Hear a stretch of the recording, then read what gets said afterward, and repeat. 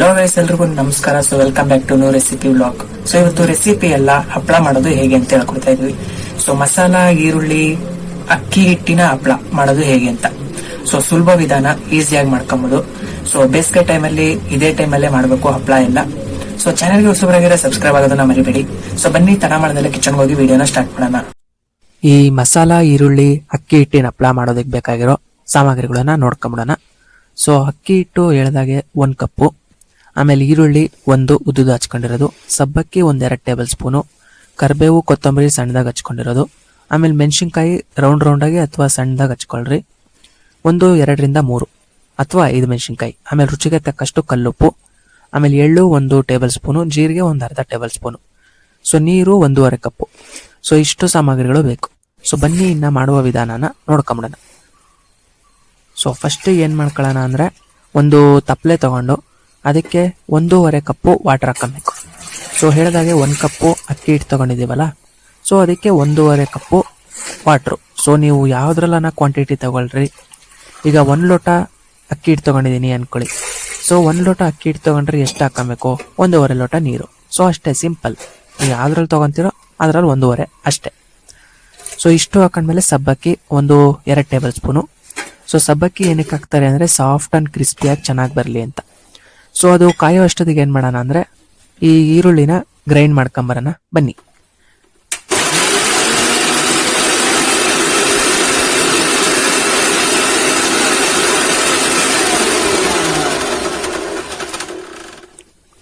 So ಒಂದೇ ರೌಂಡಿಗೆ ಇದು ಈರುಳ್ಳಿ ನೈಸಾಗಿ ಆಗಲ್ಲ. ಸೊ ಒಂದ್ ಸ್ವಲ್ಪ ವಾಟರ್ನ ಆ್ಯಡ್ ಮಾಡ್ಕೊಂಡು 1-2-3 ಸಲ ಮಿಕ್ಸಿಗೆ ಹಾಕೊಳ್ರಿ, ನೀಟಾಗಿ ನೈಸ್ ಆಗೋಗುತ್ತೆ. ಸೊ ಇದಕ್ಕೆ ಬೇರೆದೇನು ಹಾಕೋ ಅವಶ್ಯಕತೆ ಇಲ್ಲ, ಬರೀ ಈರುಳ್ಳಿ 1 ಸಾಕು. ಸೊ ನೋಡ್ತಾ ಇದೀರಲ್ಲ, ಇಷ್ಟು ನೈಸಾಗಿ ರುಬ್ಕೊಬೇಕು. ಸೊ ಅದು ರುಬ್ಕೊಳ್ಳೋ ಅಷ್ಟೊತ್ತಿಗೆ ಇದು ಆಲ್ರೆಡಿ ಕಾಯ್ತಾ ಬರ್ತಾ ಇತ್ತು. ಸೊ ಆಮೇಲೆ ರುಚಿಗೆ ತಕ್ಕಷ್ಟು ಕಲ್ಲುಪ್ಪು. ಸೊ ಸ್ವಲ್ಪ ಹಾಕೊಂಡಿದೀವಿ, ಜಾಸ್ತಿ ಬೇಡ. ಸೊ ಜಾಸ್ತಿ ಏನು ಹಾಕೋ ಅವಶ್ಯಕತೆ ಇರಲ್ಲ, ಸ್ವಲ್ಪ ಹಾಕೊಂಡ್ರೆ ಸಾಕು.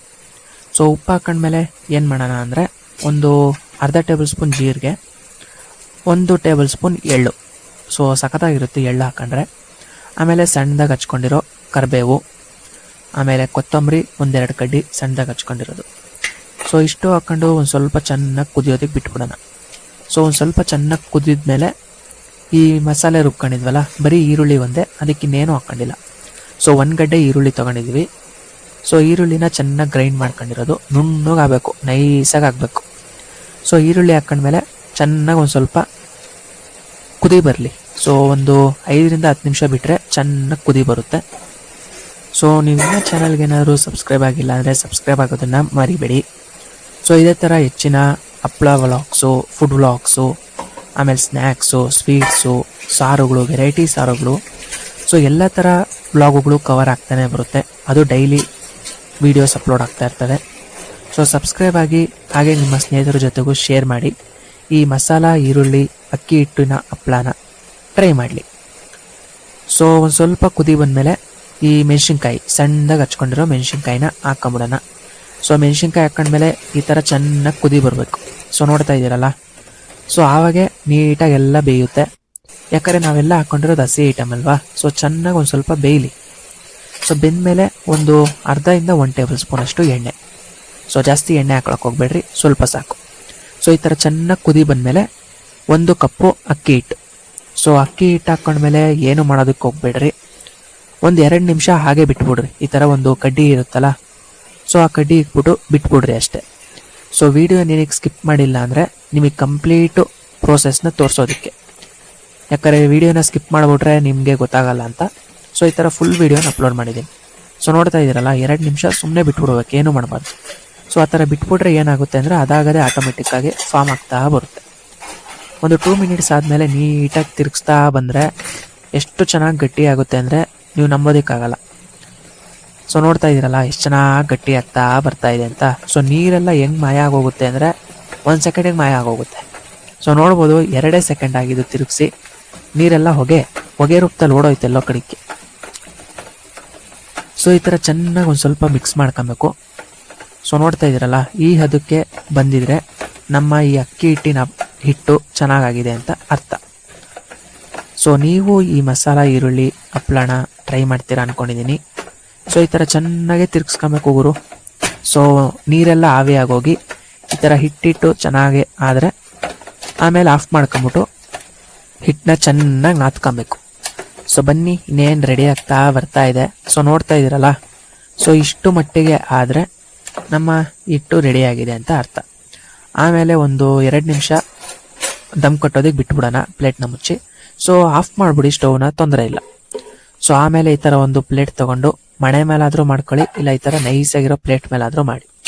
ಸೊ ಪ್ಲೇಟಿಗೆ ಒಂದು ಸ್ವಲ್ಪ ನೀರನ್ನ ಸೋರಿ, ಆಮೇಲೆ ಕೈಗೂ ಒಂದು ಸ್ವಲ್ಪ ನೀರನ್ನ ಸೋರ್ಕೊಳ್ರಿ, ಯಾಕಂದರೆ ಬಿಸಿ ಇರುತ್ತಲ್ವಾ. ಸೊ ಅದಕ್ಕೆ ಕೈ ಸುಟ್ಟೋಗೋ ಚಾನ್ಸಸ್ ಇರುತ್ತೆ.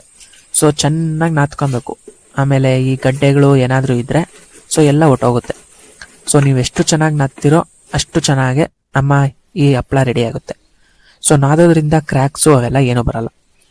ಸೊ ಈ ಥರ ಸಣ್ಣದಾಗಿ ಒಂದು ಸ್ವಲ್ಪ ಮೀಡಿಯಮ್ ಸೈಜ್ ಉಂಡೆಗಳು ಮಾಡ್ಕೊಂಬಿಟ್ಟು ಆಮೇಲೆ ಈ ಥರ ಕವರ್ಗಳನ್ನ ಕಟ್ ಮಾಡ್ಕೊಂಡು, ಸೊ ಈ ಪ್ರೆಷರ್ ಬರುತ್ತಲ್ಲ, ಸೊ ಅಕ್ಕಿ ಹಿಟ್ಟು ಮಾಡೋದು ಪ್ರೆಷರ್ ಏನಂತಾರೆ ಇದನ್ನು, ಪ್ರೆಸ್ಸರು. ಸೊ ಇದರಲ್ಲಿ ಈ ಥರ ಸೆಂಟ್ರಿಗೆ ಕರೆಕ್ಟಾಗಿ ಇಟ್ಕೊಂಡು ಸುಮ್ಮನೆ ಲೈಟಾಗಿ ಪ್ರೆಷರ್ ಹಾಕ್ರಿ ಸಾಕು. ಸೊ ಇರೋ ಬರೋ ಶಕ್ತಿ ಎಲ್ಲ ಹಾಕ್ಬಿಟ್ಟು ಅದು ನೋಡ್ದಾಕ್ಬಿಡ್ಬೇಡ್ರಿ. ಸೊ ಈ ಥರ ಎಲ್ಲ ಹಾಕ್ಕೊಂಬಿಟ್ಟು ನೀಟಾಗೆ ಒಂದು ಟೇಬಲ್ ಮೇಲೋ ಇಲ್ಲ ಚೇರ್ ಮೇಲೋ ಇಲ್ಲ ನೆಲದ ಮೇಲಾದರೂ ಹಾಕ್ಕೊಳ್ರಿ. ಸೊ ನೆಲದ ಮೇಲೆ ಹಾಕಿದ್ರೆ ಇರುವೆಗಳು ಬಂದ್ಬಿಡ್ತವೆ. ಸೊ ಅದಕ್ಕೆ ಟೇಬಲ್ ಮೇಲೆ ಹಾಕೊಳ್ಳೋದು ವಾಸಿ. ಸೊ ಈ ಥರ 1 ಹ್ಯಾಂಡಲ್ಲಿ ಅಥವಾ 2 ಹ್ಯಾಂಡಲ್ ತೊಗೊಂಡು ದಬ ಹಾಕಿ ಸೊ ಒಂದು ಸೈಡಿಂದ ಎತ್ತಿದ್ರೆ ನಮ್ಮ ಹಪ್ಪಳ ಎಲ್ಲ ನೀಟಾಗಿ ಹೋಗಿ ಬಟ್ಟೆಗೆ ಅಂಟ್ಕೊಂಬಿಡುತ್ತೆ. ಆಮೇಲೆ ಇದು ಒಣಗೋದೇನು ಜಾಸ್ತಿ ಟೈಮ್ ತೊಗೊಳಲ್ಲ. ಸೊ ಬಿಸಿಲು ಚೆನ್ನಾಗಿದ್ರೆ ಒಂದು 4ರಿಂದ 5 ಅವರಲ್ಲಿ ಬಿಸಿಲಲ್ಲಿ ಇಟ್ಟರೆ ಸಾಕು, ಬೇಗನೆ ಒಣಗೋಗುತ್ತೆ. ಸೊ ಎಷ್ಟು ಚೆನ್ನಾಗಿದೆ ಅಲ್ಲ. ಸೊ ಮನೆಯಲ್ಲೇ ಎಷ್ಟು ಚೆನ್ನಾಗಿ ಹಪ್ಪಳ ಮಾಡ್ಕೊಬೋದು ನೋಡಿ. ಸೊ ಒಣಗಿದ್ಮೇಲೆ ತೋರಿಸ್ತೀನಿ ಎಷ್ಟು ಚೆನ್ನಾಗಾಗಿದೆ ಅಂತ. ಸೊ ನೋಡ್ಬೋದು, ಒಳ್ಳೆ ಬಟ್ಲು ಆದಂಗೆ ಆಗೈತೆ, ಸಖತ್ತಾಗೈತೆ ಗುರು. ಸೊ ನೀವೇ ನೋಡ್ಬೋದು, ಕ್ರ್ಯಾಕ್ಸ್ ಒಂದು ಚೂರು ಬಂದಿಲ್ಲ. ಸೊ ಇದನ್ನ ಎಣ್ಣೆಗೆ ಹಾಕೊಂಡ್ರೆ ಎಷ್ಟು ಚೆನ್ನಾಗಿ ಹರಳುತ್ತೆ ಅಂದರೆ ನೀವು ನಂಬೋದಕ್ಕಾಗಲ್ಲ. ಸೊ ನೀವು ಒಂದ್ಸಲ ಈ ಅಕ್ಕಿ ಹಿಟ್ಟಿನ ಹಪ್ಪಳನ ಟ್ರೈ ಮಾಡಿ. ಸೊ ಗೈಸ್, ನೋಡಿದ್ರಲ್ಲ ಎಷ್ಟು ಸುಲಭವಾಗಿ ಈ ಅಕ್ಕಿ ಹಿಟ್ಟಿನ ಹಪ್ಪಳ ಮಾಡಬಹುದು ಅಂತ. ಸೊ ಇದೇ ತರ ಹೆಚ್ಚಿನ ರೆಸಿಪೀಸ್ಗಾಗಿ ನೀವು ಇಷ್ಟೇ ಮಾಡಬೇಕಾಗಿರೋದು ಸಬ್ಸ್ಕ್ರೈಬ್ ಮಾಡಿ, ಲೈಕ್ ಮಾಡಿ, ಹಾಗೆ ನಿಮ್ಮ ಸ್ನೇಹಿತರ ಜೊತೆಗೂ ಶೇರ್ ಮಾಡಿ, ಅವರು ಒಂದ್ಸಲ ಟ್ರೈ ಮಾಡಿ. ಸೊ ಮತ್ತೆ ನೆಕ್ಸ್ಟ್ ರೆಸಿಪಿ ಅಥವಾ ಸ್ನಾಕ್ ಅಲ್ಲಿ ಸಿಗ್ತೀನಿ ಅಂತ ಹೇಳ್ತಾ ಧನ್ಯವಾದಗಳು.